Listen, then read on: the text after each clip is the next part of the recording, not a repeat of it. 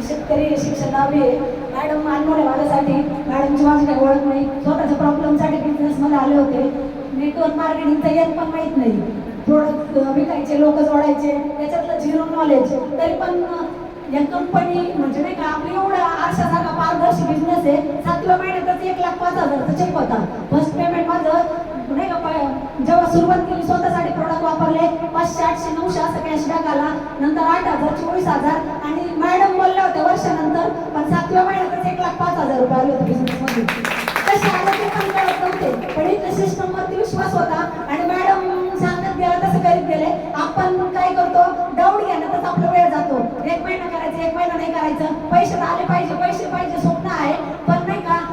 कधी निगेटिव्ह कधी पॉझिटिव्ह असं होत नाही चालत बघा एक आई नाही का बाळाला जन्म द्यायचा असतो ती नाही का गरोदर असते आणि जर त्रास व्हायला लागला तर ती नाही म्हणजे ती लेडीज म्हणत नाही ना की आता मला 2 महिने झाले आता लय पेन होऊ राहिला आणि मी नाही का आता लगेच डिलिव्हरी झाली पाहिजे तिला 9 दिवस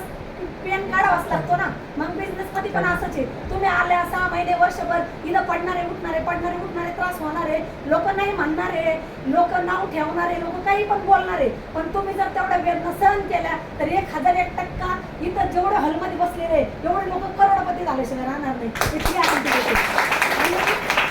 आपण आलोय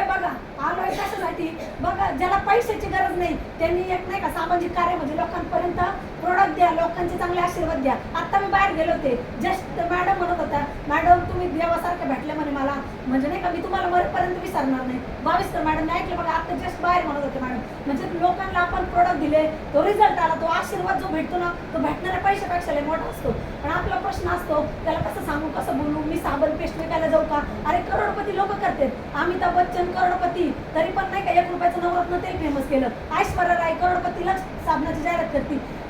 विराट कोहली क्रिकेटमधून 1 करोडची इन्कम आहे तरी नाही का वर्षाला 7 करोड जाहिरातीमधून कमवतो ते लोक करोडपती ते नाही लाजत आपण का लाजतो आणि लोकांना असं वाटतं का तेल साबण शॅम्पू अरे लोक दारू गांजा तंबाखू सिगरेट विकतात ते विकून कोणाचं आरोग्य सुधारलं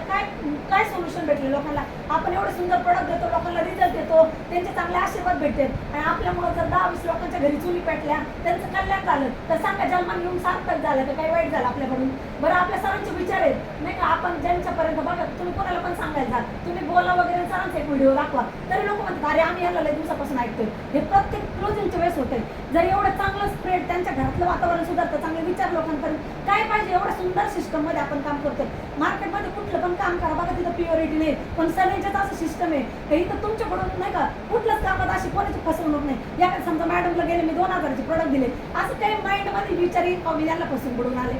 ठीक आहे मॅडमला नाही आवडले नाही नेक्स्ट महिन्यात मॅडम मी घेतले पण काही गिल्टी बिल आहे का गिव्ह अँड टेक पॉलिसी एका हाताने द्या एका हाताने द्या ना कोणाची फसवणूक ना बुडवणूक आणि एवढे आपले प्रोडक्ट तर एवढे भारी आहेत म्हणजे त्याला ऑप्शन तुम्हाला सवय लागू द्या ऑप्शन प्रोडक्ट पण चालणार नाही ते सर त्यांचं मीठ संपलं होतं सकाळी मीठ आणायला गेले होते म्हणजे रात्री संपलं आणि सकाळच्या भाजीला मीठ आणायला गेले होते